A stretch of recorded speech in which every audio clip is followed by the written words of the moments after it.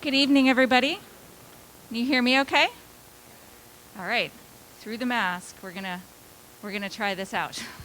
Hopefully the microphone will help me be audible. I want to introduce myself for everyone who doesn't know me already. My name's Mary Kay Lombino. I'm the Deputy Director, and Emily Hargroves Fisher, 57, and Richard B. Fisher, Curator at the Francis Lehman Loeb Art Center. And first, I just want to thank everyone for being here. This is amazing. I haven't seen this many people in one place in a long time, and we certainly haven't had a chance to have an event like this in quite some time. I think it was probably March 2020, so thanks, everybody. And we're here, of course, to celebrate the exhibition Tilled Fields, Drawings by Harry Roseman.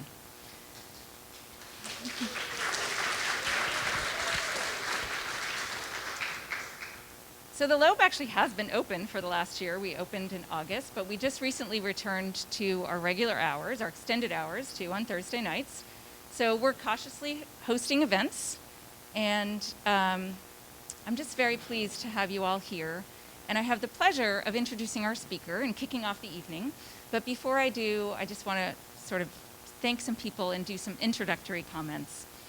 The exhibition Tilled Fields is supported by the Evelyn B. Metzger Exhibition Fund and organized by Patricia Fagan, our former curator, the Philip and Lynn Strauss Curator of Prints and Drawings at the Loeb. Patty retired in March, and she's here in spirit, but in body, she's sitting on her dock in Georgia, thinking about us. I'm sure she would love to be here.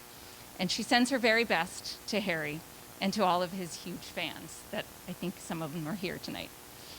In addition to Patty, there are numerous individuals who've been instrumental in making this exhibition and the exhibition catalog, this publication, possible.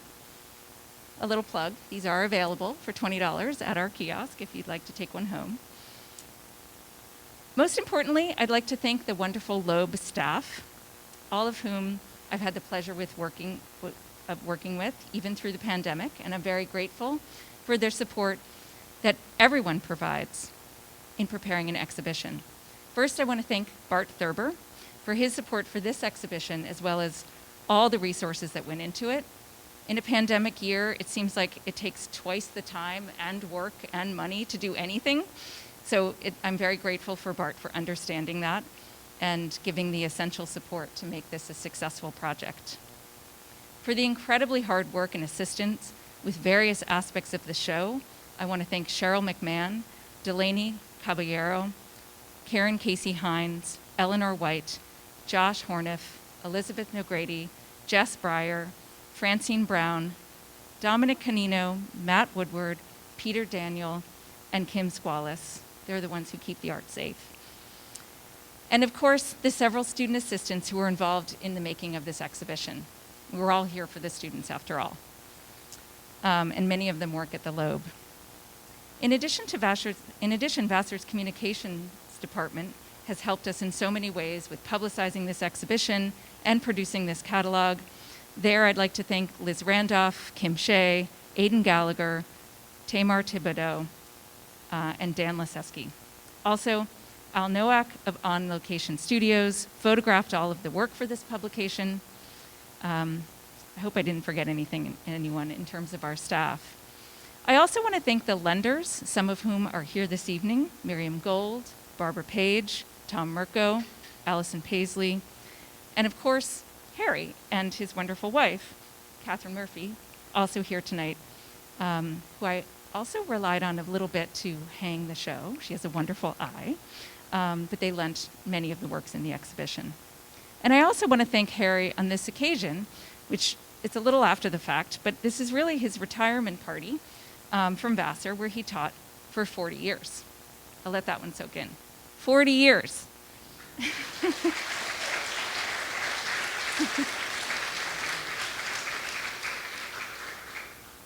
Harry was actually the first professor who called me when I arrived here in the early 2000s to show me all the good dining spots near Vassar. And I've since had the pleasure of being photographed by him numerous times at every gathering of the art department, and every time I ran into him, Harry was always bringing out his camera to take pictures, and you can find these, but I'm not going to tell you the website because I don't want anyone to see all these pictures of me that are out there. But it's pretty easy. It's harryroseman.com. So Harry invested time, energy, talent to produce all these inspiring works of art that we see in the exhibition. He also served as professor of art since 1981. And he and Peter Charlap really started the studio program and developed it into what it is today, with, of course, many additional professors who are here today as well. Since the early 2000s, I've had the opportunity to see Harry in action with students, and it's amazingly inspiring. He's tough, but also just supportive and helpful. And I might say that those grueling crits, some of which that I got to sit in on, really form the basis of any great studio art program. And I got to peek in on some of those, even during the pandemic over Zoom, even more grueling over Zoom, as you can imagine. And it's hard to believe that it was 11 years ago that we worked together in 2010 when Harry created a soaring site-specific installation called Hole in the Wall in the Atrium Gallery at the Loeb that transformed that space into a swirl of line, color, and pattern. So thank you, Harry, for all of that and for the exhibition. And now I'm going to introduce our speaker, John Yao. Yao is a poet, art critic, and publisher of Black Square Editions. His most recent poetry book, Genghis Khan on Drums, and his monographs include William Tyler, a retrospective, 2021, Louis Chandong, also 2021, Philip Taft, 2018, Tom Niskowski, 2017, Catherine Murphy, 2016, and Richard Archwager, Into the Desert in 2015. And that's just the last few years. You're a busy guy. In 2017, he was the recipient of the Jackson Prize in Poetry, and in 2021, the recipient of the Rabkin Prize for Art Criticism. An editor of Hyperallergic Weekend and professor of critical studies at Mason Gross School of the Arts at Rutgers University, John lives in New York, and it was no easy feat to get him here today with canceled trains and flooded roads, but we're grateful he made it. And also, I want to thank Ben Lucky, who drove to New York to pick him up today and drove him all the way back. So thank you, Ben. And I just want to leave with this one sort of parting quote, actually by John, about Harry, because I think, when you retire from being a professor, when you're an artist, you don't really ever retire, and it really shows when we look at his new work. So John recently wrote in Hyperallergic, "One of the many captivating and delicious things about Roseman's drawings is that Roseman has dissolved the boundary between madness and rationality. He has found another way to keep dancing on a high wire." With that, we can welcome John Yao.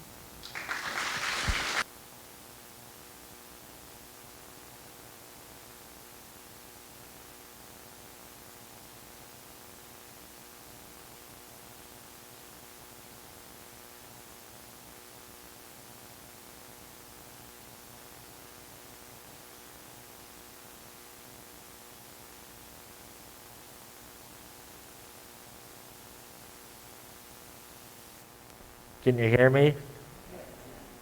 All right, I realize that I wrote this looking at a tiny screen, and suddenly it's too small for you to read, so I probably should read it.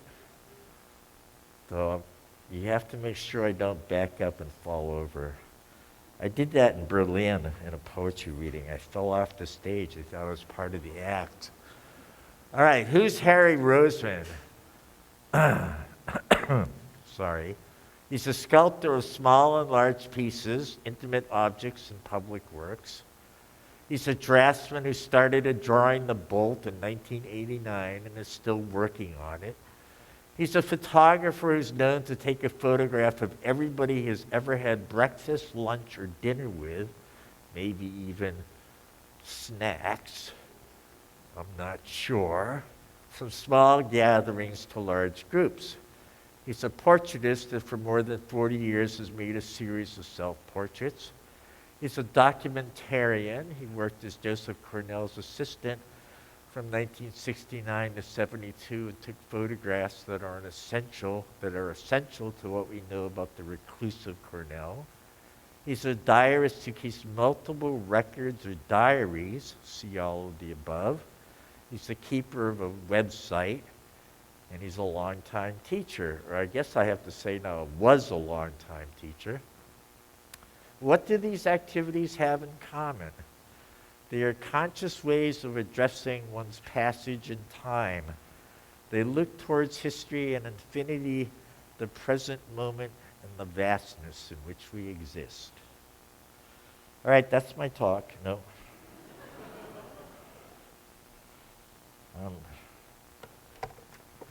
I told myself not to ad lib, but I'm a poet. I can't resist. I'm not the kind of poet that talks a lot between poems, but anyway.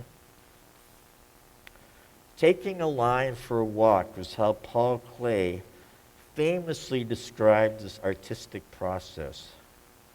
Oh, wait, let me see. Yeah. Klee's statement also characterizes what Harry Roseman does with line. And yet, as I thought about what I would talk about tonight, I thought Klee's description was one way to characterize this lecture. I'm going to take you on a walk through Roseman's work. I will be your tour guide.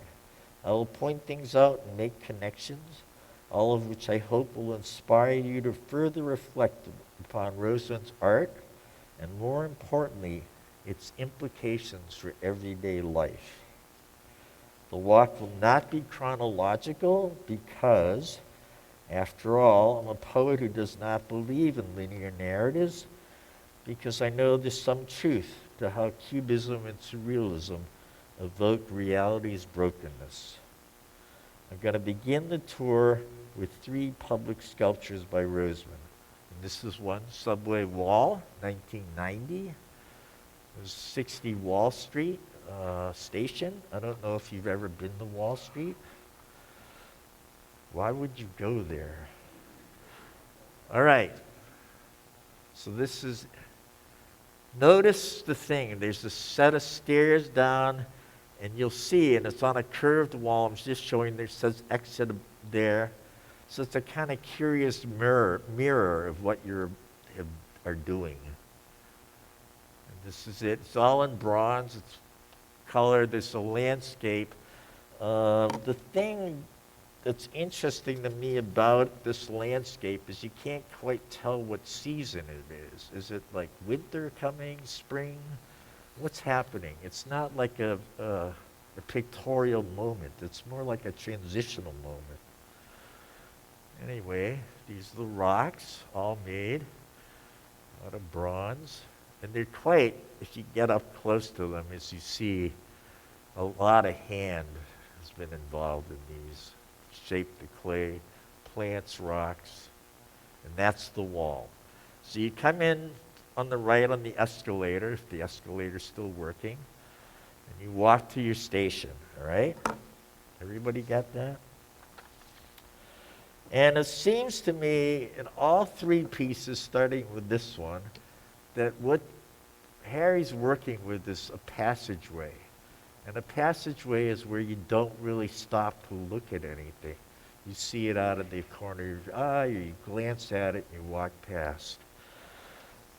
And that really strikes me, because if you think about public sculpture, you think of it as something you go to look at, and he's doing something different. He's making this moment part of your everyday experience, or an everyday experience. It's not a destination, it's something you walk past, right? And the thing is, what do we think about as we go from one place to another? Do we reflect upon these moments, or is the destination all that's important? And the 3 places that he's done these works, I think, are really part of the meaning. I mean, this is Wall Street. And what does he show you? He shows you what Wall Street was before it became Wall Street, you might say. Oops. that really it's a land acknowledgement piece made before land acknowledgement actually became something we thought about, right? This is what Wall Street was before it became what we know it is now. And I think that's really important because I think he's asking us, how do we live in time? How do we think about time? What does it mean to think we need to get somewhere? Where is there on Wall Street we want to go to? What does destination mean? Okay? And then he gets a commission for an even more unlikely place.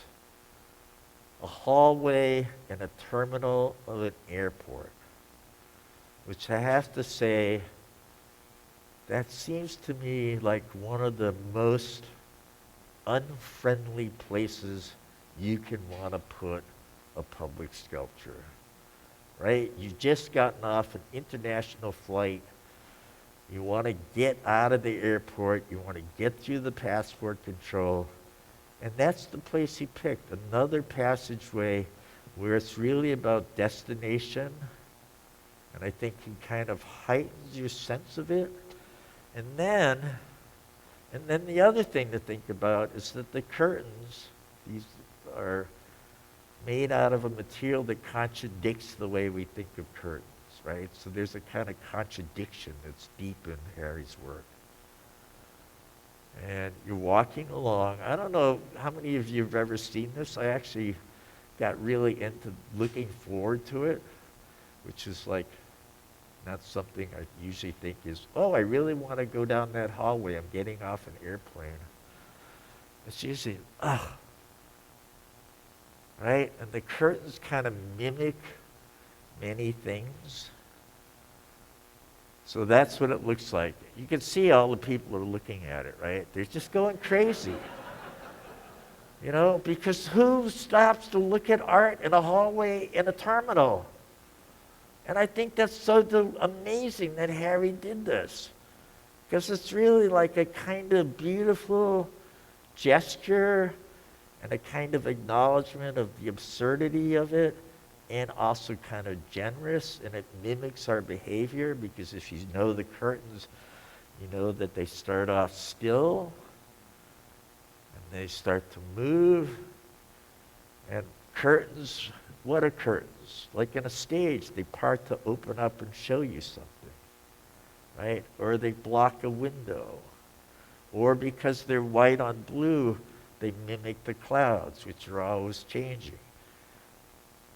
How many of you think about this when you're walking down the hallway in an airport? But actually, you should be thinking about things like that, right? What's life if it's not the ability to think about something that you're experiencing rather than thinking about where you're trying to get to or what you're trying to get away from, right?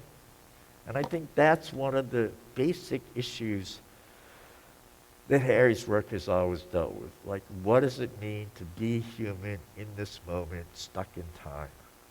Because we're all, the one thing that makes us all have what we have is we're all caught in time, right? And how often do we want to think about that? All right, so that's one of his preoccupations, and it reminds me of a line that Dylan Thomas wrote. It's the first line of one of his poems. The poem is, "The force that through the green fuse drives the flower. The force that through the green fuse drives the flower drives my green age, that blasts the roots of trees is my destroyer." Right? That as time passes, we're just approaching the end. How do we live in that, with that awareness? And as the cliff notes from this poem are likely to read, and they're not wrong, life and death, growth and decay are inseparable. Okay, so we descend or ascend the escalator before arriving at the subway platform or reaching the street. We pass a curving wall, a landscape of rocks and trees made of bronze. There's a set of stairs on the walls released far right, evoking your ascent or descent as it mirrors what you did or are about to do. I think of subway walls, an early piece of, as I said, land acknowledgement. What was this landscape above? What did it look like before now? Whatever this now is. And really, it reminds you that Wall Street, whatever you think of it, is not permanent. Right? So I think that's also really something about Harry's work. Oh, I love this part. It's on the part of when you're leaving or entering this ascent, you just think, why did they tilt this? And then the curtains kind of mimic it. And then there's this piece in Vassar. And if you think about it, and this is true of many buildings all over, one thing that architects don't really think about sometimes is the elevator and the staircase. They really think about the room. The hallway is like, how many hallways in schools, prisons, or hospitals are interesting, right? It's just something you're passing through. And here, all the lines are about ascension or verticality, and they're echoed by the posts on the right, which echo the railing, and the posts there. There's something quite beautiful and kind of mesmerizing about this piece. Most of the, when I'm at Rutgers waiting to take the elevator, I'm not usually thinking about, oh, this elevator door is something interesting to look at. Especially now, since it says only 2 people are allowed on an elevator at a time. Please take the stairs. And the line. Here's Harry working with the line again. Sorry. All right, so 1989, around the time he's working on on the subway, he started this drawing. What does it mean to begin a drawing of a weave pattern on a bolt of cloth that is yards and yards long? An endless drawing that you will one day no longer be able to work on. Right? What does it mean to start a project like that? And here's Harry, and I'm going to have him talk because he's so much more eloquent than I am. And I'm not going to have him, he's not going to talk for all 10 minutes. But there he is with his camera. Well, I'm going to have you move over that way slightly, just because the camera's blocking your face. Oh, that's good. Yeah.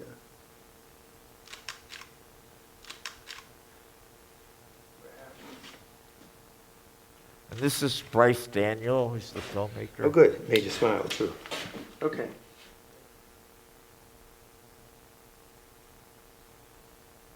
You all saw the drawing out there. I didn't know it was going to be in the show. That's one of his. So this is the studio that I had built around 1990.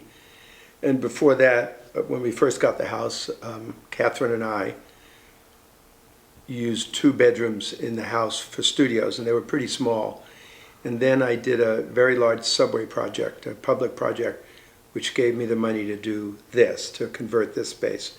And that was around 90. And I made some decisions in designing it that were aesthetic and maybe not practical, because it's a very high ceiling, and I had to decide between having 2 complete floors, which would have given me more floor space and maybe more wall space, or keeping this high space. So as you can see, I kept the high space. The last 5, 6 years I've been working on these plywood sculptures, which are called folded plywood. These I only did last year, which are much smaller. They're not conceptually totally related to the bolt, which we'll talk about after, but the process, like the bolt, is a little Sisyphean. So 4x8 drawing, 0 brush, that's what I wanted to talk about. He uses the word Sisyphean, as in the myth of Sisyphus, right? And think about the artist becoming Sisyphus, right? The story of Sisyphus is pretty simple, and we mostly know it through the myth of Sisyphus, an essay written by Albert Camus in 1940. He starts it. It's published in 1942, and in the essay, Camus introduces the notion of the absurd. For Camus, the absurd is that space between the essential human desire to attribute meaning to life and the material universe's complete indifference to us. What Camus called the unreasonable silence. According to Camus, this silence requires revolt. He then goes on to use the myth of Sisyphus to frame human actions. In the myth, Sisyphus pushes a boulder up a mountain only to have it roll down again. He's doomed to repeat this meaningless task. Camus concludes his essay with this sentence: "The struggle itself is enough to fill a man's heart. One must imagine Sisyphus happy." And that made me think of Harry when he used this word as a happy Sisyphus, which I had never thought of till I watched this film and thought about this drawing. That when I first read the myth of Sisyphus at 16 or 17 and fell in love with the despair of existentialism, I did not think of Sisyphus as a happy character. But in a sense, that's what Harry's done. He's made Sisyphus, he's a happy Sisyphus. I'm sure he's not going to agree with this later tonight. They'll probably pour poison in my drink. So what does it mean to make a drawing of a weaving pattern that mirrors in greater scale and detail the very thing you're drawing, right? That basically the drawing is a magnified version of the thing he's drawing on, which is kind of deliciously absurd and intellectually brilliant. Okay? So here it is. And also the idea to start something that you know you're not going to finish. That all of the world tells you that you're supposed to be productive. You're supposed to make something. You've got to make something out of yourself. Who has not heard that phrase? And he's not dealing with that. That's not the world he's going to evoke. And it's really a kind of act of madness, passion, and devotion all at once. All right? So in 2007, I interviewed Harry for the Brooklyn Rail, and he was having a show that he titled 100 Most Popular Colors. And it's based on a chart that you buy in a hardware store that has 100 colors on it, starting, I think, with blush white and ending with violet, so you can decide what room should be, what room you want to paint, what color you want to paint your room. And he decides to work on 100 of them, and it reminded me of something Jasper John said when he wrote in a sketchbook: take an object, do something to it, do something else to it, repeat. So this is the first one. You can see the color chart. Actually, when I saw the color chart, I thought, God, suppose you don't want your room any of these colors. Then what? So the thing I think that really got me about this was if you pick 100 of something and you say you're going to work on it, at a certain point, it's beyond what you already know how to do, right? That basically you're making a project where all the tricks that you have as an artist, you're going to run out. And then what do you do? And I think that's one of the challenges that Harry presents himself. How do I get beyond what I know how to do to make something? So this is one. Whoops. Oh. And this is what he says in the interview. There's a performative, this is me, there's a performative aspect to some drawings, such as when you make a perfect physical circle with a drop of paint. Right, they're not flat and drawn.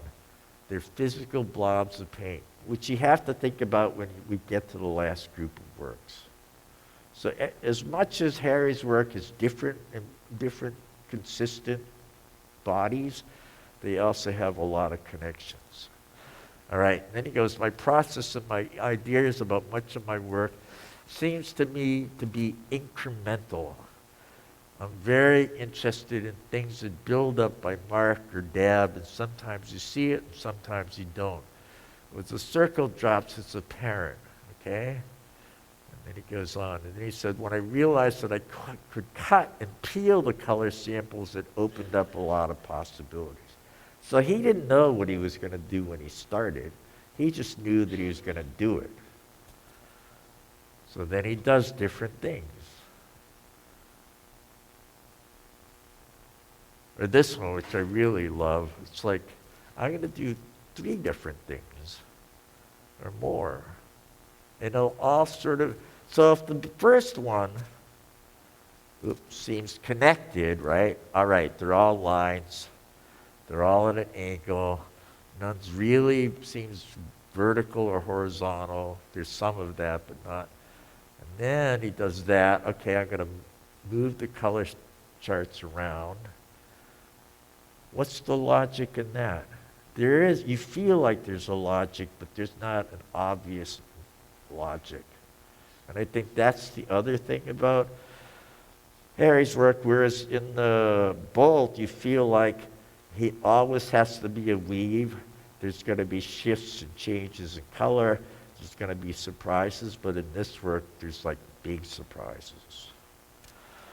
And also like a kind of commentary on sign. Like I was looking at all those signs, like the thing about smoking, this and that, and I thought, how many signs do we live with that we've memorized, that we carry around with us? That's a kind of visual language that we, And then this one, let's just get rid of all the color charts and leave one. Or this one, solid wit, eat your heart out. I really love this piece. There's and actually Christian Boltanski, I thought of Christian Boltanski and Harry, because Christian Boltanski early on made a piece where he rolled bread into, he wanted to roll it to 100 perfect round balls. And he said he wanted it so the viewer didn't know if the artist was deliberate or crazy. And I thought, well, that's really delicious. I wish my students would look at me that way, but I think they just think the latter. All right, 2 still lifes. I have to say, there's a period of Harry's work that I feel like is underknown. I mean, he's underknown as far as I would claim, but this part. And so I'm going to show 2 still lives. They're kind of release. This one, which seems to me, it hints at a real disorder to whoever lives this way. Look at the lampshade. Seems wrong. And look at the angle of the dresser and the TV, and it's all crammed on. So one of the things about Harry's work is, on one hand, it looks really straightforward. Then you look at it longer, and you start to see more and more into it. And that seems to me contrary to what happened in a lot of art in the 70s, 60s, when Frank Stull said, what you see is what you see, and Warhol said, don't look beyond the surface. That you're supposed to get it all at once. And in a way, Grossman's work seems to go against that kind of consumption, right? That notion that you get it all at once is a kind of consumption. It fits in with the capitalist system. And there's a kind of, I would say, beautiful bleakness to this work, you know. And then when he does that, 2 years later, he does this. Now, everything in this, it's 2/3 real size. He made it out of plasticine clay, had it cast in plaster, painted everything, including the shadows under the thumbtacks, as he was clear to point out to me. And then think about this perfect world that's 2/3 human size. And think about the artist as being a kind of God figure, omnipotent. I can make this, I can make that. And then by making it 2/3 size, he's like cut himself down to size, so to speak. He's undermined that omnipotence, which I think many artists don't really want to do. How do you undermine yourself? I made this, how can I undermine it? And there's a kind of homeliness to it, right? It's just a part of the studio wall. It's nothing exalted. There's your Elmer's glue. There's all the things you need. And there's different memories, different important things, the staircase, this kind of, as every artist I know has a wall somewhere that they put postcards on, right? It's kind of touchstones for their life. It's just like poets keep notebooks where they write lines down from other people's poems, right? As a way of kind of internalizing it. And there's the there's the film. I mean, this is an amazing piece. And it was done in '73, and it's not famous. That tells you about the world. The thing that cannot be folded is folded. The thing that is hanging loose is suggested to be solid. There's a kind of whimsical side to Harry that's also completely serious, as in this. And you can think of a lot of planar sculpture that was spread out across the wall that took itself very seriously. And then Harry comes along. And he says, yes, you can be completely serious and whimsical and do something amazing. Because we know plywood can't be folded, right? You kind of got to stare at it and go, wait a second. And we know it can be done this way, but what does that mean? And then you're staring at plywood. When's the last time you stared at plywood? Right? So what is it that you look at, and why do you look at it? I mean, do you only want to look at Damien Hirst's skull because it's covered with diamonds? Is that really an art experience? Or this? I mean, I really think this is kind of one of the things I think Harry's done, though he's never said this to me, is he's also commented on art that's been made and taken seriously in a way that he kind of undermines that seriousness, even as he pays homage to it. I should have shown more of these. Or this delicious piece, a linen napkin made out of fired clay. You know, a napkin being a piece of cloth, a painting is a piece of cloth. It's a minimalist painting with a scalloped edge. It's all sorts of things. One of the things I think about Harry's work is it opens up ways of looking at art, thinking about things you use. Napkins, domesticity, craft, painting. It all gets kind of put together, and how do we take it apart? Should we even think about taking it apart? Why should we separate activities into certain levels of importance and dismiss other level things, right?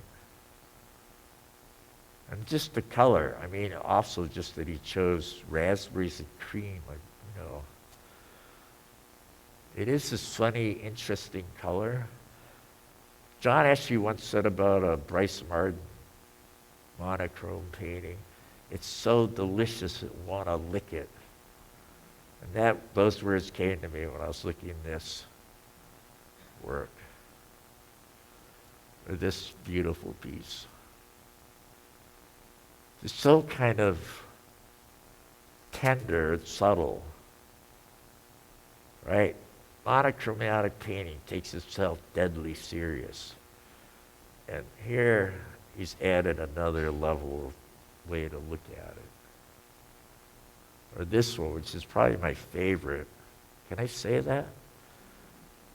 Whereas he's like made plywood into this thing that's hanging there. Again, it's this, one of the great things is the contradiction in Harry's work that makes you not just look at it, but think about it. And I think really that's important. How and what does it mean to make one thing into another and yet still honor the thing, right? So then, he says, my process, I go back to this scene to be incremental. And then, these works. So, at one point, and I'm not sure the exact circumstances of it, is that Harry asked me to see his work, or I wanted to know what he was up to, because every now and then I think it's good to go visit an artist studio. And he showed me these drawings, and it's like accident and decision. He pours the paint. When I was looking at this on the screen, it might have been because it was 1 a.m, I started to think of alien hands in a science fiction movie. Anyway, and then he draws a line around it, and then another and another. And it's an act of meditation, not unlike the bolt. So how do you live in time, right? If you're an artist, you're making something. It requires that you spend time doing it. Why do you do it? What does it mean? And here he is, he's really just talking about, or not talking about, he's physically addressing the notion of time passing.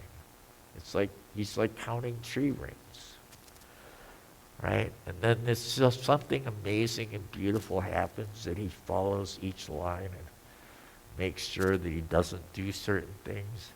And then at the same time, accidents might happen and he has to incorporate them into his work. And he never does the same thing twice, even though he does the same thing over and over. Right? Isn't that kind of amazing? Right? It's Heraclitus. You can't step in the same river twice. How many of us kind of acknowledge that experience?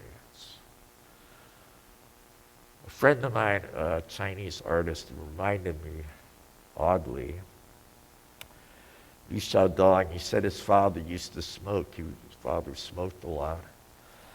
And his son, and he worked in a paper mill in northern China, I think made something, would be the equivalent of about $8 a month. And he had never complained. He just worked, supported his family. What I really love about this is, in a way, he just pours this black down, and then he like devotes himself to making an outline around each one. And you feel like, but then he does something interesting. Like if you look over in the left-hand corner below the one, there's one that's not got anything in it. So then you go, wait a second. Did he only do it around something, or why is that there? Right? You see the one I'm talking about? Nod your heads, please. Yeah, okay. And I think those decisions where you don't know why he did it, but you believe that there was a reason, or there's a kind of meaning to it, I think is also part of the meaning of the work and what makes it really interesting, that something doesn't have to add up, because really, life doesn't add up, right? It's not like it all fits together and adds up. That only happens in bad novels. And the thing that strikes me also about Harry, and this is sort of the last thing I want to say, is that there's realism and there's reality. And realism's a kind of style, and Harry's really interested in reality, which gets beyond style. How do you deal with reality? Realism is a way to approach the world and kind of make it safe for yourself. Because if you read a lot of realist novels, some are really good, some are not so good. Reality is something else. It requires different responses, different situations, different solutions. And I don't think of Harry's art as a solution. I think of it as a kind of ongoing exploration. And I would like to leave it at that. Thank you.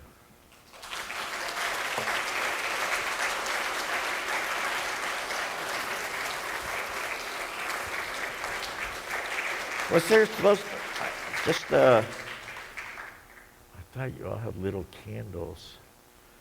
If you want to ask me a question, we'll try and answer you.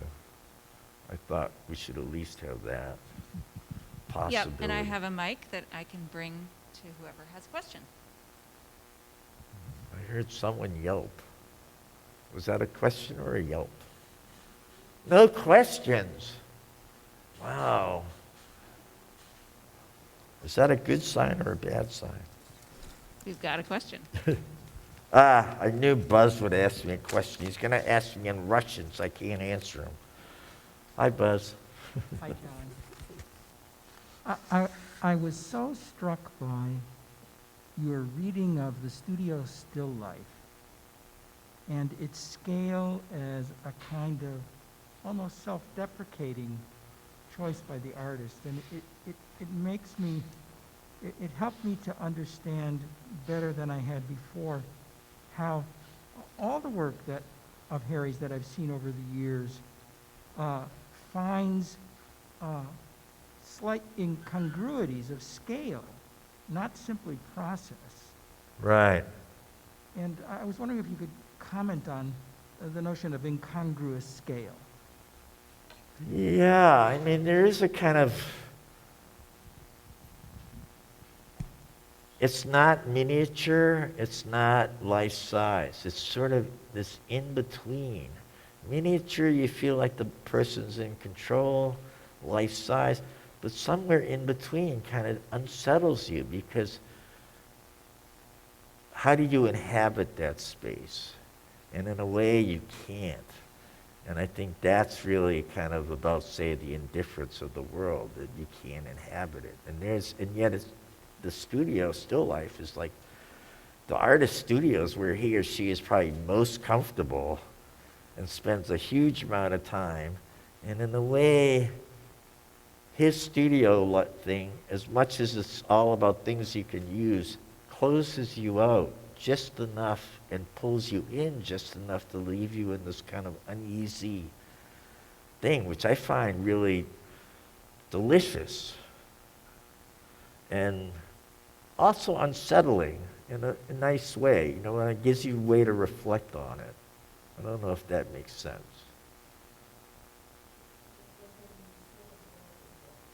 Right, exactly. So any other questions? Thank you for that question. Got me to think further on this. Always a good thing to think further. Okay, I'll go think further by myself.